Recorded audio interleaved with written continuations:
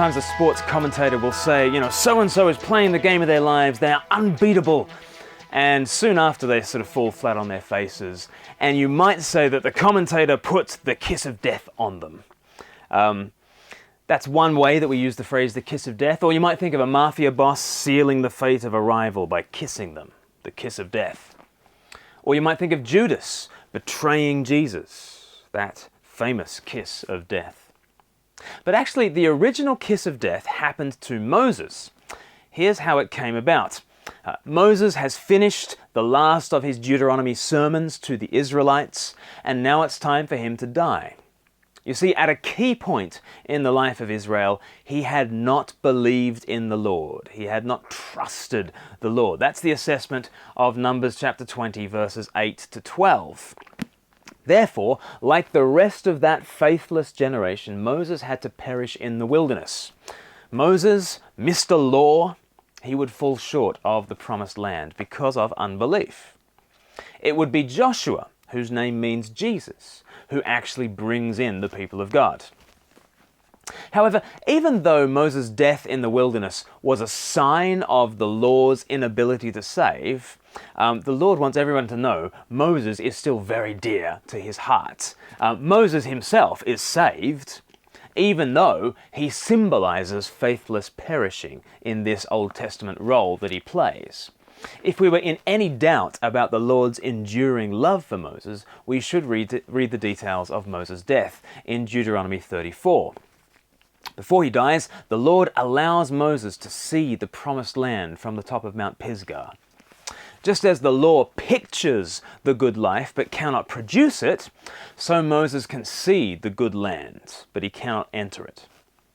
Once he has surveyed the land of milk and honey, verse 5 says this, "And Moses, the servant of the Lord, died there in Moab, as the Lord had said." That's one way of translating it, but as the Lord had said would be more literally translated, Moses died by the mouth of the Lord, by the mouth of the Lord.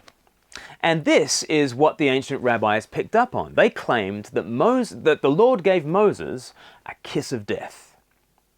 In this way, kisses kind of bookend the writings of Moses. His 5 books, also called the Pentateuch or the Torah, meaning the law, these 5 books begin with a kiss of life for Adam, Genesis 2 verse 7, but they end with the kiss of death for Moses. What a terrible tragedy that those created to share in the life of God should perish in the wilderness. But this is where the law takes you. It takes you to Mount Pisgah, but not to Canaan. I wonder how you face death. How do you face the futility of a life lived in the shadow of death? It's interesting to think of Mount Pisgah. It kind of represents the height of earthly expectations. Mount Pisgah is the highest that you can get. It's the best you can hope for in your own strength. We can do great things and we can die surrounded by friends and family, surveying a lifetime of achievement, but still it's not enough. Even the greatest lives fall short. We all end up buried in the plains of Moab, just as Moses was. If our story ends here, it is a terrible tragedy. So where is the hope? Well, Deuteronomy 34 ends by saying that no prophet had arisen in Israel who was like Moses, whom the Lord knew face to face. Right? That's a reference to Deuteronomy chapter 18. There, a prophet like Moses was promised who would come and redeem the people. Moses was not the true prophet. Joshua was not the true prophet. But centuries later, the true prophet arose. Moses' Lord came in the flesh. And in many ways, he retraced the steps of Moses. You see, he too perished away from his community. He too went up a mountain to die. But it was not death by kisses for Jesus. He would taste the full bitterness of death. Curses were promised for our disobedience to the law, and Jesus took those curses.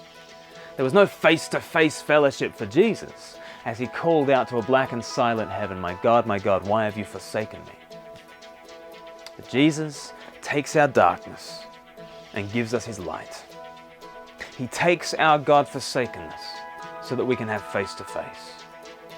Jesus takes our death so we get the kiss.